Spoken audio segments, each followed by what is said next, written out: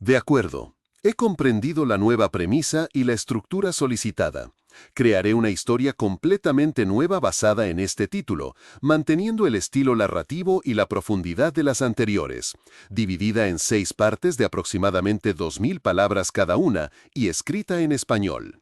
El título es: En el funeral, su tío la entregó a una mujer de montaña, pero ella le dejó escribir el discurso. Esta historia explorará temas de duelo, traición y el poder de las palabras y la memoria. Se centrará en el viaje de una joven que, tras perder su propia voz por el dolor, aprende a convertirse en la voz de los olvidados, encontrando su fuerza no en la propiedad o la tierra, sino en el sagrado oficio de contar historias. Aquí comienza la historia. Parte 1. El silencio del duelo. El funeral de sus padres se sentía como un sueño febril, una procesión de rostros compungidos y susurros ahogados que no lograban penetrar la campana de silencio que el dolor había colocado sobre Lyra. A sus 18 años se encontraba a la deriva en un océano de luto. Sus padres, dueños de la única librería del pueblo, el refugio del lector, habían sido el centro de su universo. Habían sido un faro de historias, de conocimiento y de un amor tranquilo y constante. Un carruaje volcado en un camino helado los había apagado a ambos en un instante, dejándola a ella como la única y silenciosa guardiana de su legado de papel y tinta. O eso creía ella. Su tío, el hermano de su padre, Ernesto, había asumido el control con una rapidez depredadora. Era un hombre pragmático, un comerciante de lana cuyo ceño siempre parecía estar calculando pérdidas y ganancias. Veía la librería no como un santuario, sino como un activo mal gestionado, un espacio lleno de polvo y de un stock que no se movía. Y veía a Lyra, su sobrina silenciosa y absorta en los libros, como una querga, un pasivo en el balance final de su nueva herencia. El día del funeral, mientras los aldeanos ofrecían sus condolencias, Lyra notó una presencia extraña en el borde del cementerio. Era una mujer, alta y erguida como un pino solitario. Vestía de forma austera, con ropas oscuras y prácticas, y su cabello, de un gris plateado, estaba recogido en una trenza severa. Su rostro era un mapa de arrugas finas, y sus ojos, de un gris tormentoso, lo observaban todo con una intensidad analítica, como si estuviera memorizando la escena en lugar de sentirla. Era Serafina, la mujer de la montaña. Una reclusa, una erudita, una coleccionista de historias olvidadas. La gente del pueblo hablaba de ella en susurros, diciendo que su casa estaba construida con libros y que prefería la compañía de los fantasmas a la de los vivos. Lyra no le prestó más atención, perdida en su propio dolor. Fue después del entierro, cuando los dolientes se dispersaban, que su tío Ernesto la tomó del brazo con una firmeza que la sobresaltó. «Ven, Lyra, hay alguien a quien debes conocer». La condujo, casi a rastras, hacia la figura solitaria. Serafina no sonrió. Su mirada se posó en Lyra, evaluándola con una franqueza que la hizo sentir completamente transparente. «Serafina, esta es mi sobrina, Lyra», dijo Ernesto, su voz untuosa. «Como te mencioné, una chica tranquila, muy dedicada a sus libros, demasiado tal vez. No tiene habilidades prácticas». «Sé quién es», respondió Serafina. Su voz era como el crujido de las hojas secas, baja pero clara. «Hija de los libreros. Leí su obituario. Una pérdida para la memoria del pueblo». «Sí, bueno, la vida debe continuar», dijo Ernesto, impaciente por llegar al grano. «Como acordamos, ella irá contigo. Se quedará en la montaña. Te ayudará con tu trabajo. A cambio, el libro que encontré en su colección es tuyo». Lyra sintió que el aire se le escapaba de los pulmones. Miró a su tío, incrédula. «¿Acordamos? ¿Ir contigo?» Las palabras eran un galimatía sin sentido. Serafina sacó un pequeño objeto de su bolsillo, un antiguo mapa estelar de bolsillo, hecho de latón y con intrincados grabados. Lyra lo reconoció. Era una de las posesiones más preciadas de su padre. «El astrolabio de plata», dijo Serafina, sopesándolo en su mano. «Sí, Un precio justo. El horror de la transacción se apoderó de Lira. Su tío la estaba intercambiando, la estaba entregando, junto con el legado de sus padres, a cambio de la libertad de no tener que cuidar de ella. La estaba exiliando en su momento de mayor vulnerabilidad. Lira la seguía como un autómata, sus pies moviéndose por pura inercia, su mente un torbellino de dolor, ira y una profunda y desoladora soledad. Sentía que su vida, todo lo que había conocido y amado, se estaba desvaneciendo detrás de ella con cada paso que daba.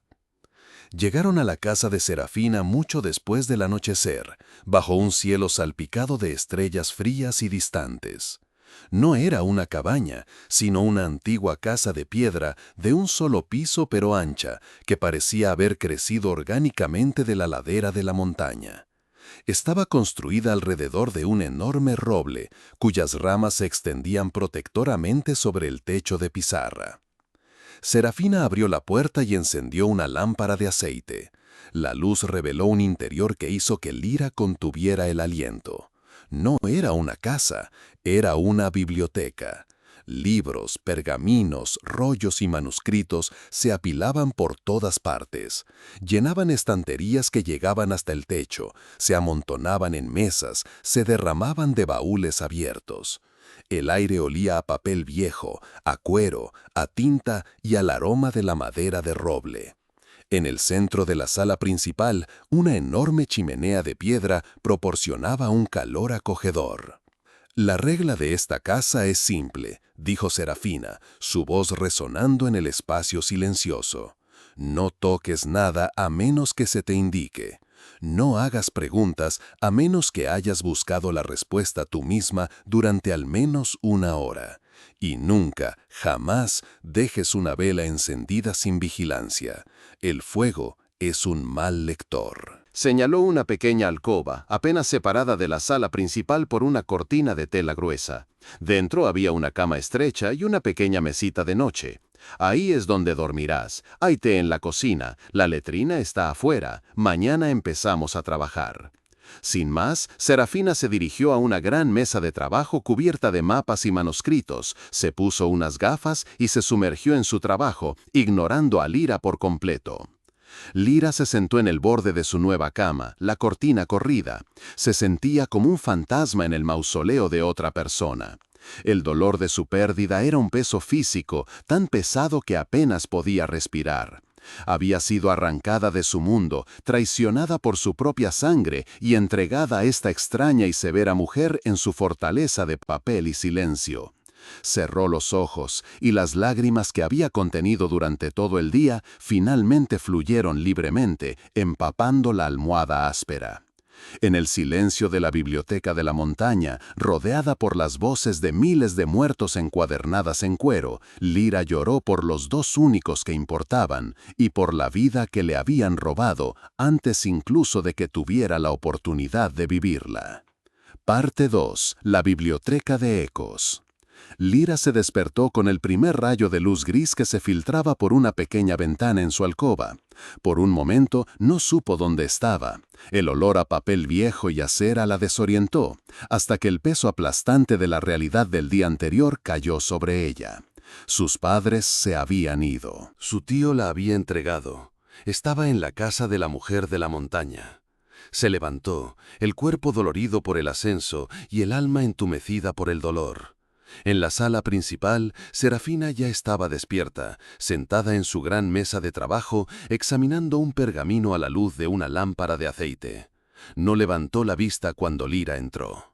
«Hay gachas en la estufa», dijo, su voz tranquila pero firme. «Come. El trabajo requiere un estómago lleno y una mente clara». Lira comió en silencio, el sabor de la comida como ceniza en su boca. Después, Serafina finalmente levantó la vista, sus ojos grises evaluándola. «Tu tío dijo que eras buena con los libros», dijo Serafina. «Veremos si es verdad». La condujo a un rincón de la biblioteca que Lira no había notado la noche anterior. Allí, apilados en el suelo, había varios baúles de madera abiertos. Estaban llenos hasta el borde de cuadernos de notas, diarios y hojas de papel sueltas, todos cubiertos con diferentes caligrafías, algunas apretadas y angulosas, otras fluidas y casi ilegibles. Muchos de los papeles estaban manchados, descoloridos por la edad y la humedad. «Este es mi trabajo preliminar», explicó Serafina, su voz desprovista de emoción. «Durante los últimos 30 años he viajado por estas montañas. He hablado con pastores, mineros, parteras, ancianos. He escuchado sus historias, sus vidas, sus recuerdos. Todo está aquí». Hizo un gesto hacia los baúles. «Es un caos». Un coro de voces que se gritan unas a otras. Tu tarea es imponer el orden. Le entregó a Lyra un fajo de pergamino nuevo y un juego de plumas y tinta. Leerás cada palabra, descifrarás cada caligrafía y luego transcribirás. Crearás una copia limpia y legible de cada testimonio. Los organizarás por aldea, por familia, por año. Separarás los hechos del folclore, identificarás las contradicciones. Te convertirás en la arquitecta de su memoria. Lyra miró la abrumadora cantidad de papel. Parecía una tarea para toda la vida. Era un trabajo de Sísifo, tedioso e interminable. Pero mientras sus dedos rozaban el borde de un viejo diario de cuero, un escalofrío familiar la recorrió. Era el tacto del papel, el olor de la tinta, la promesa de las historias contenidas en su interior. Era el mundo de sus padres. Era el único mundo que conocía. Empieza con ese baúl, ordenó Serafina, señalando uno en particular. Es la historia oral de Aliceda, un pueblo minero que fue abandonado hace 50 años después de que la veta de plata se agotara. Nadie vivo lo recuerda claramente. Sus voces solo existen en estas páginas. No dejes que se desvanezcan. Y con eso, Serafina la dejó sola. Los primeros días fueron de una frustración insoportable. Las caligrafías eran un desafío, a menudo escritas con lápiz o con una tinta casera que se había desvanecido con el tiempo. Las historias eran fragmentadas, llenas de dialectos locales y referencias a personas y lugares que ya no existían. Lyra pasaba horas descifrando una sola frase. Su dolor era una niebla constante que dificultaba la concentración. A menudo se encontraba simplemente mirando una página, las palabras borrosas a través de un velo de lágrimas. Pero perseveró. El trabajo, aunque agotador, era un ancla. Le daba una razón para levantarse por la mañana, un propósito que no requería que sintiera nada. Era un trabajo mecánico que ocupaba sus manos y la parte analítica de su mente, dejando el resto de su alma herida en una especie de letargo. Lentamente, a medida que se adentraba en las historias de Aliceda, algo comenzó a cambiar. Las voces de las páginas empezaron a tomar forma. Leyó el diario de un minero que describía la oscuridad de la mina como un terciopelo que te ahoga. Transcribió la receta de pan de una mujer que usaba harina de castañas porque el trigo no crecía a esa altitud. Descubrió la historia de dos amantes que se dejaban mensajes en un hueco de un viejo roble. Estas no eran solo palabras, eran vidas, eran amores, pérdidas, luchas y pequeñas alegrías. Lyra, que se sentía tan completamente sola en su propio dolor, de repente se encontró en compañía. Estaba rodeada por los ecos de una comunidad perdida. Estaba manejando los fragmentos de sus almas. Comenzó a sentir una profunda y creciente responsabilidad. Estas personas le estaban confiando sus historias. Su trabajo no era solo transcribir, sino escuchar. Empezó a usar notas al margen, como su padre le había enseñado. Anotaba preguntas, inconsistencias. Menciona una sequía en el verano del 88, pero el diario del pastor habla de inundaciones. ¿Dos eventos diferentes o un recuerdo equivocado? La partera habla de un niño de la luna nacido en la familia Garea, una referencia a una enfermedad o a una leyenda local. Serafina rara vez la interrumpía, pero Lyra sentía que su trabajo estaba siendo observado. Una noche, mientras Lira luchaba con un pasaje particularmente difícil, Serafina se acercó y dejó una lupa sobre su escritorio sin decir una palabra. Otra vez, cuando Lira se quejó en voz baja de un dialecto que no podía entender, a la mañana siguiente encontró un viejo libro sobre las lenguas perdidas de la región abierto en la página correcta. La casa misma se convirtió en su maestra. Lira aprendió que la biblioteca no era un caos, sino un sistema organizado según la lógica idiosincrásica de Serafina. Los libros de historia estaban cerca del fuego, los de poesía cerca de la ventana que daba al este para recibir la luz de la mañana. Los pergaminos y los manuscritos frágiles se guardaban en baúles de cedro para repeler a los insectos. Era un organismo vivo, una máquina para preservar la memoria. Un día encontró una contradicción que no podía resolver. Dos testimonios diferentes describían la misma disputa por la tierra con resultados completamente opuestos. Frustrada después de horas de intentar reconciliarlos, finalmente se acercó a Serafina. «No puedo saber cuál es la verdad», dijo, la primera frase completa que le dirigía en semanas. Serafina levantó la vista de su trabajo, sus ojos grises en Lira. «La verdad no es tu trabajo», respondió ella. «Tu trabajo es registrar ambas versiones. La verdad de un historiador no es una sola voz, sino el eco de muchas. La verdad se encuentra en el espacio entre las contradicciones». Hizo una pausa y su voz se suavizó ligeramente. «No eres una jueza, Lira, eres una guardiana. Honra cada voz, especialmente aquellas con las que no estás de acuerdo». Esa lección resonó profundamente en Lira. Comprendió la verdadera naturaleza del trabajo de Serafina. No se trataba de crear una única narrativa autoritaria, sino de preservar el complejo y desordenado tapiz de la experiencia humana. El dolor por la pérdida de sus padres no desapareció. Se convirtió en un compañero silencioso, una corriente subterránea en su vida. Pero ya no era un dolor paralizante. Al sumergirse en las vidas de los demás, al dar voz a sus historias, Lira descubrió que estaba, lentamente, encontrando una manera de procesar la suya. El silencio de su dolor estaba siendo llenado por los ecos de los muertos. La biblioteca de Serafina, que al principio parecía una prisión, se estaba convirtiendo en un santuario. Y la tarea, que había sido una sentencia, se estaba transformando en una vocación. En el corazón de la montaña, rodeada de fantasmas de papel, Lira comenzaba, palabra por palabra, a reconstruir no solo sus vidas, sino también la suya propia. Parte 3. La voz de los olvidados.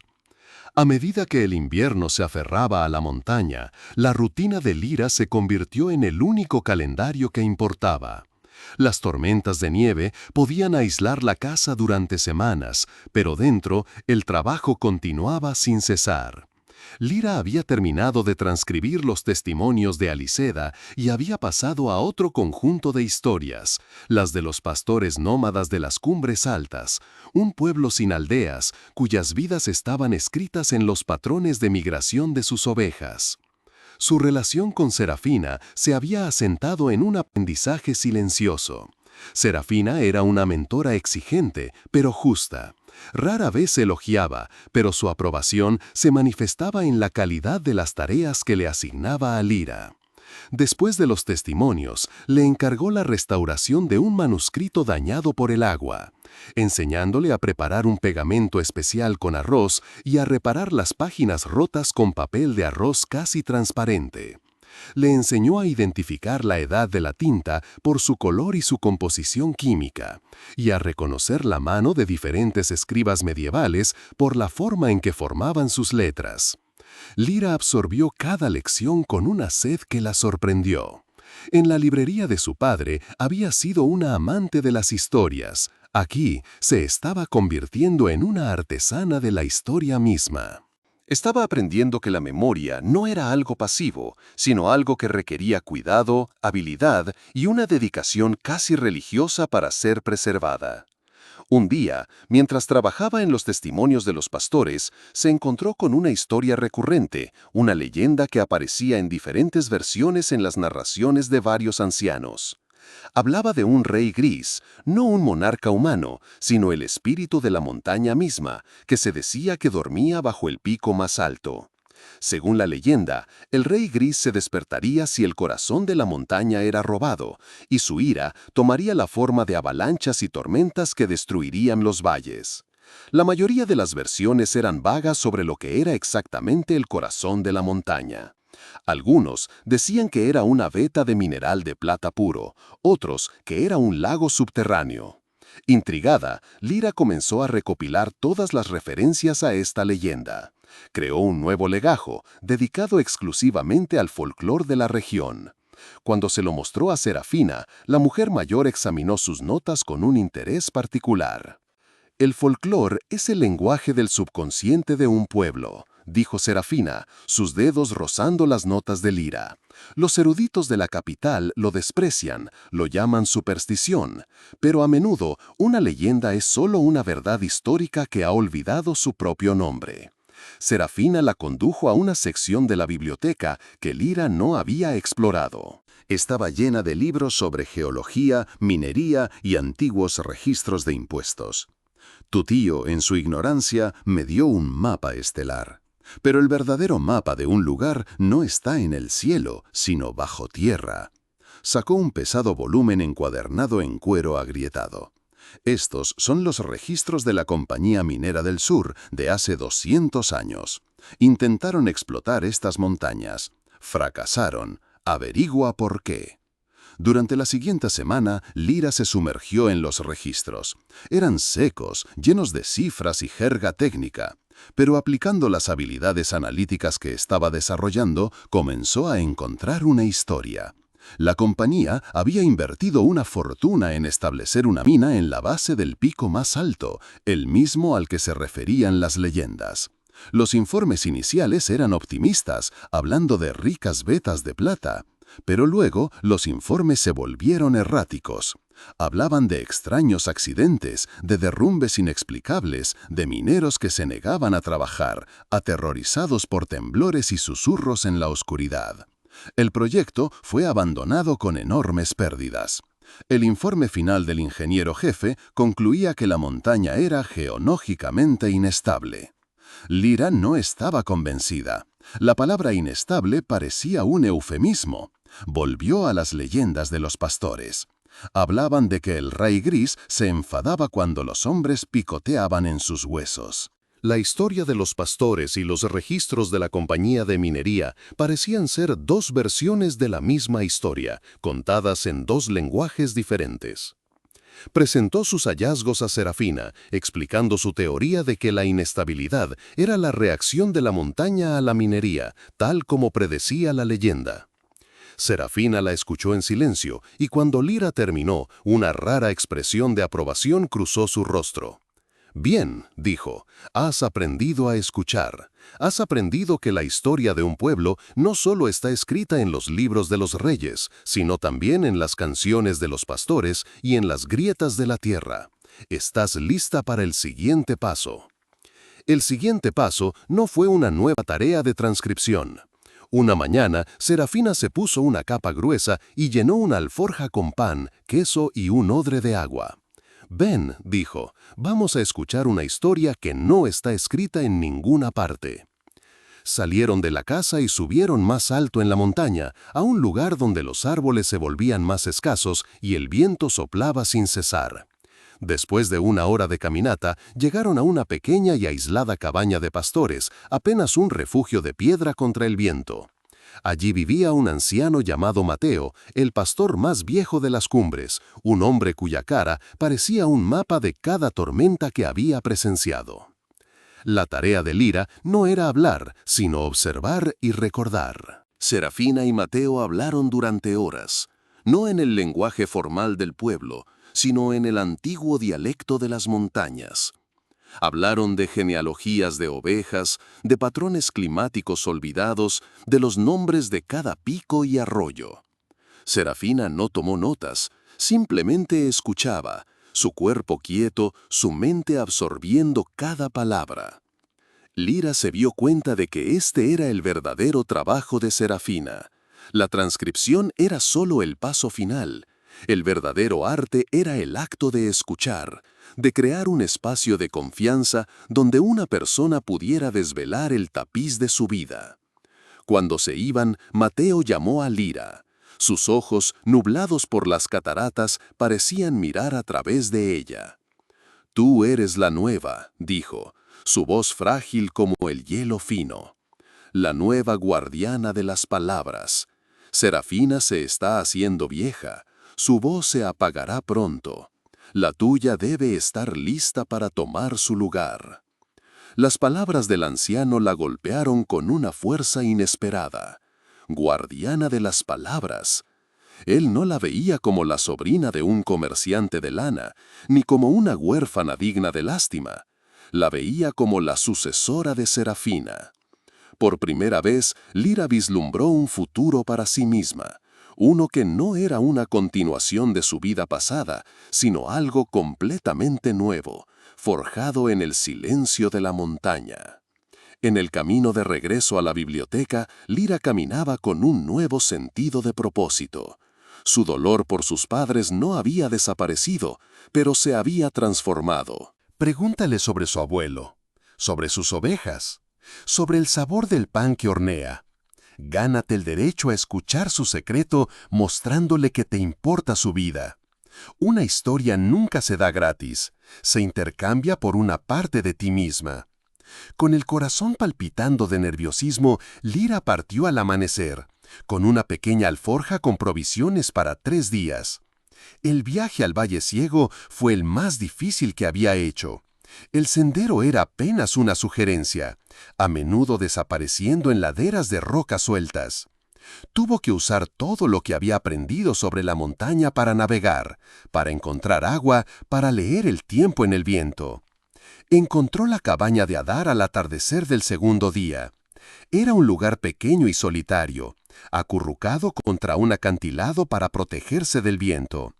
Una mujer delgada y de cabello canoso estaba afuera, cortando leña con movimientos bruscos y eficientes. Sus ojos, cuando se posaron en Lira, eran tan afilados y desconfiados como los de un halcón. «Soy Lira», dijo, su voz sonando extraña en el aire puro de la montaña. «Vengo de parte de Serafina». «Sé quién eres», respondió Adara, sin dejar de cortar leña. «La chica del valle, la que vive con la ladrona de historias. Si has venido a robar la canción de mi abuelo, puedes darte la vuelta y marcharte. No está en venta». El rechazo fue tan abrupto que Lira casi se dio por vencida. Pero entonces recordó las palabras de Serafina. «Gánate el derecho». En lugar de discutir, Lira simplemente se quitó la alforja, se sentó en una roca a cierta distancia y esperó. No dijo nada, simplemente observó a Adara trabajar. Cuando Adara terminó con la leña, Lira se levantó, recogió una parte de los troncos y los llevó a la puerta de la cabaña. Adara la observó, sorprendida, pero no la detuvo. Esa noche, Lira durmió afuera, envuelta en su manta, aunque el frío era intenso. A la mañana siguiente, cuando Adara salió, Lira ya había avivado las brasas de su fuego exterior y había puesto una pequeña olla de agua a calentar. Le ofreció a Adara una parte de su propio té de hierbas en silencio. Pasaron 2 días de esta manera. Lira no pidió nada, ayudó con las tareas, acarreó agua, reparó una cerca rota. Habló poco, y solo para preguntar sobre las ovejas o el jardín de Adara.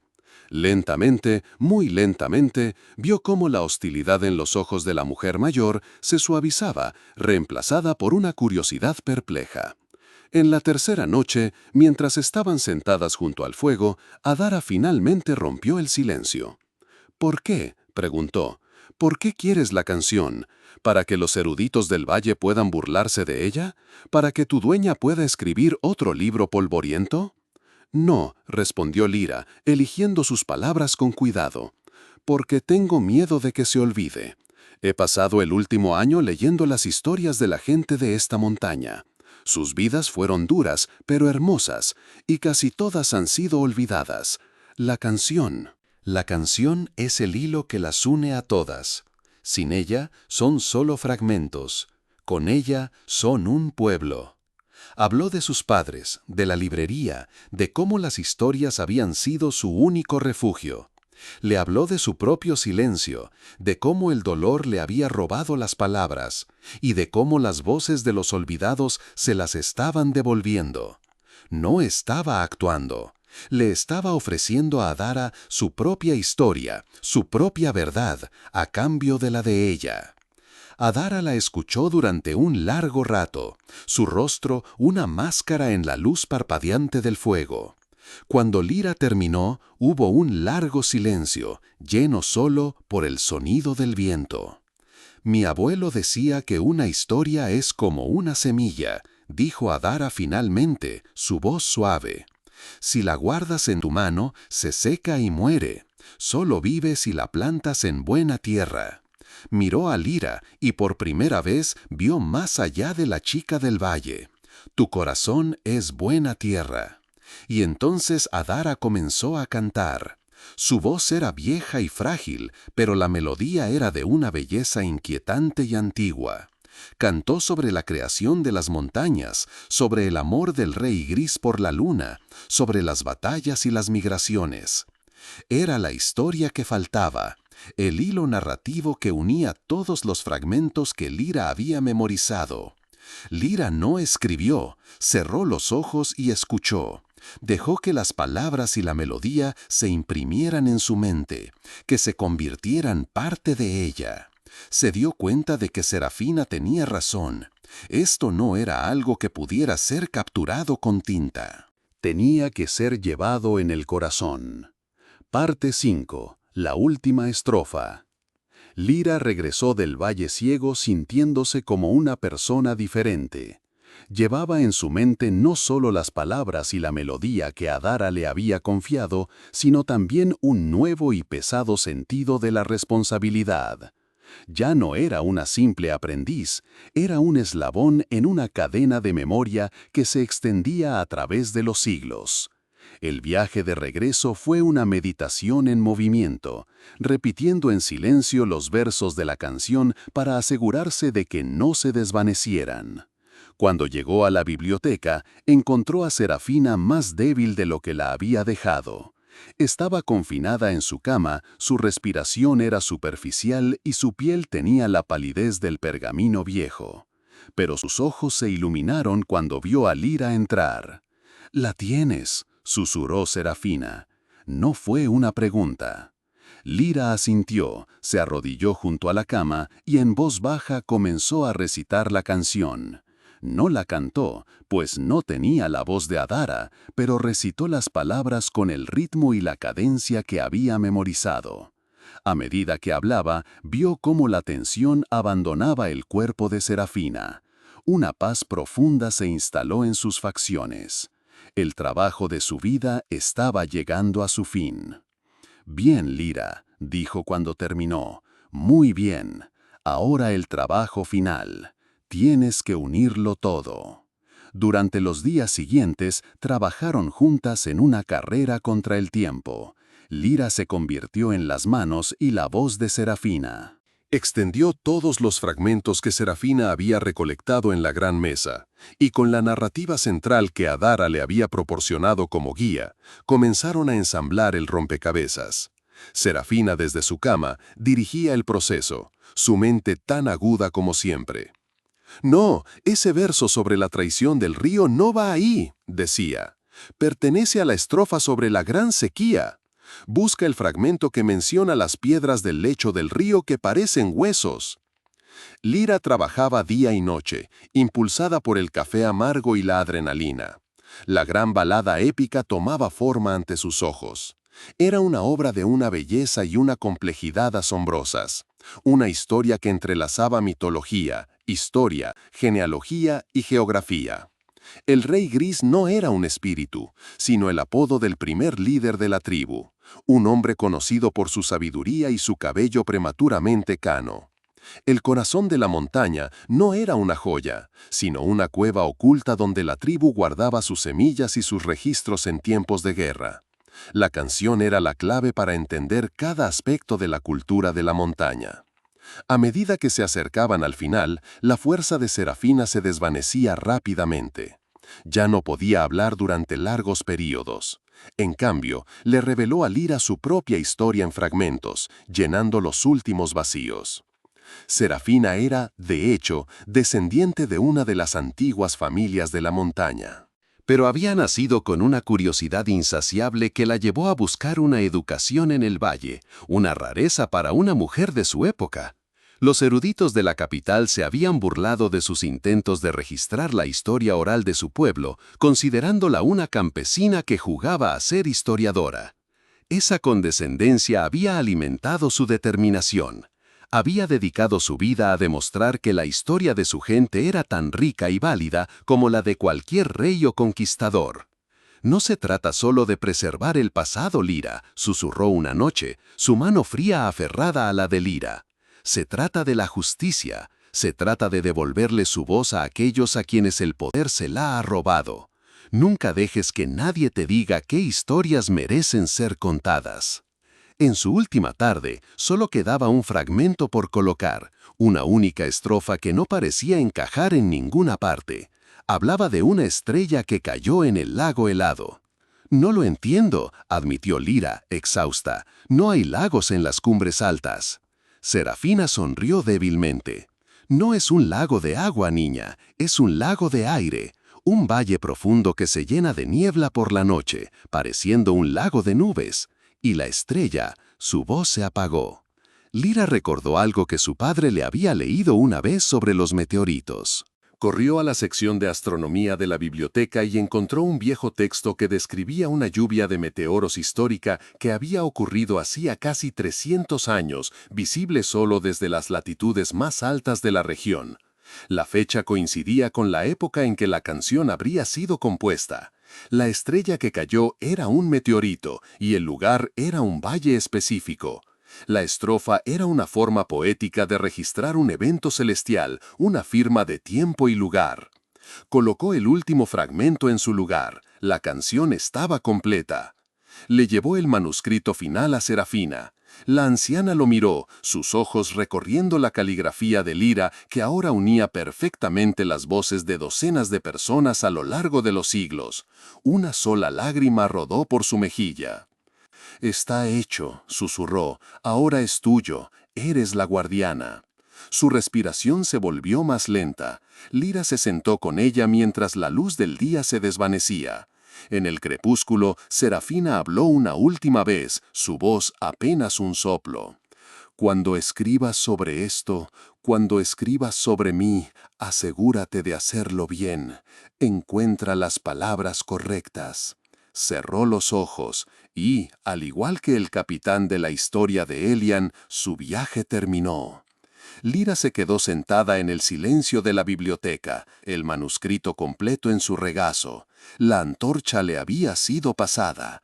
Se sentía abrumada por el peso de la tarea, por el dolor de perder a su mentora, su única amiga en este exilio. Había venido a la montaña como una huérfana silenciosa y ahora se encontraba como la guardiana solitaria de un tesoro invaluable.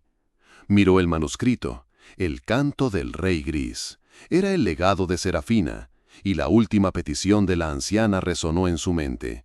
Encuentra las palabras correctas. Comprendió que su aprendizaje no había terminado. Su prueba final no había sido encontrar la canción, sino algo mucho más difícil, encontrar su propia voz como escritora para honrar a la mujer que le había dado un propósito. Su tarea ahora era escribir el discurso final, la introducción que presentaría esta obra maestra al mundo, el elogio que contaría la historia de la guardiana que lo había hecho posible. Parte 6. El discurso. El tiempo en la montaña pasó, medido no en días, sino en el lento girar de las estaciones y en el progreso del trabajo de Lira.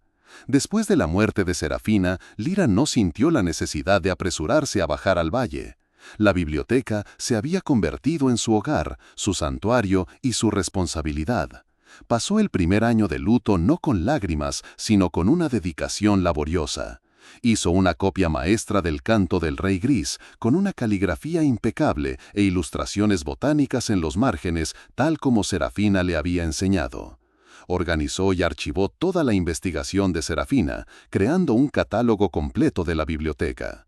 El trabajo era su forma de duelo, su manera de mantener viva la presencia de su mentora. Se convirtió en la nueva mujer de la montaña, aunque de una manera diferente a Serafina. Los pastores y los pocos habitantes de las cumbres que a veces pasaban por allí la trataban con un respeto reverente. Era la guardiana de las palabras, la que conocía las viejas historias.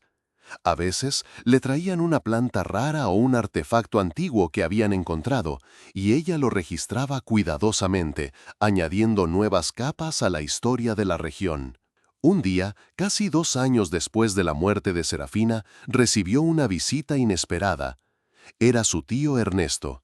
Había subido el sendero con dificultad, su rostro enrojecido y sudoroso, sus ropas de comerciante manchadas de barro. Se quedó boquiabierto al ver a Lira. La joven encorvada y asustada que había desterrado había desaparecido. En su lugar había una mujer joven, serena y segura de sí misma, con las manos manchadas de tinta y una mirada tranquila y directa. «Lira», dijo, sin aliento, he venido a ver cómo estabas y a hablar de los asuntos de la vieja». La librería, como Lira había sospechado, no había prosperado bajo la dirección de Ernesto. Su sentido práctico no había logrado captar la magia del lugar y el negocio estaba fracasando. Ahora, habiendo oído rumores de la colección de Serafina, había venido a reclamar lo que consideraba una parte de su herencia fallida. «Esa mujer te mantuvo aquí durante años», dijo, entrando en la biblioteca y mirando a su alrededor con ojos codiciosos. «Seguramente te debe algo». A la familia. Su colección debe tener un valor considerable. Lira lo miró y no sintió la antigua punzada de ira o dolor. Sintió una especie de lástima. Él veía libros y pergaminos y solo calculaba su precio. No podía ver el valor real, el tesoro de voces y almas que contenían. «No tienes derecho a nada aquí, tío», dijo ella, su voz tranquila pero inquebrantable. «Serafina me dejó todo, es mi responsabilidad». «¿Tu responsabilidad?», se burló él. «Eres una chica que se esconde en una montaña. ¿Qué sabes tú de la responsabilidad? Yo soy tu familia, te traje aquí, yo hice el trato». «Sí, lo hiciste», respondió Lira. «Me entregaste. Y al hacerlo, me diste el único regalo verdadero que he recibido en mi vida. Me diste esto». Hizo un gesto, no solo a los libros, sino a todo lo que representaban: el conocimiento, el propósito, la independencia. Se dio la vuelta y fue a la gran mesa de trabajo. Sobre ella había una pila de pergamino nuevo y un tintero. Era el proyecto en el que había estado trabajando durante los últimos meses, la tarea final que Serafina le había encomendado. «No hay oro aquí, tío», dijo, cogiendo su pluma. «El único tesoro es la memoria, y no está en venta». Ernesto la miró, derrotado por su calma. Vio que no podía intimidarla, no podía manipularla.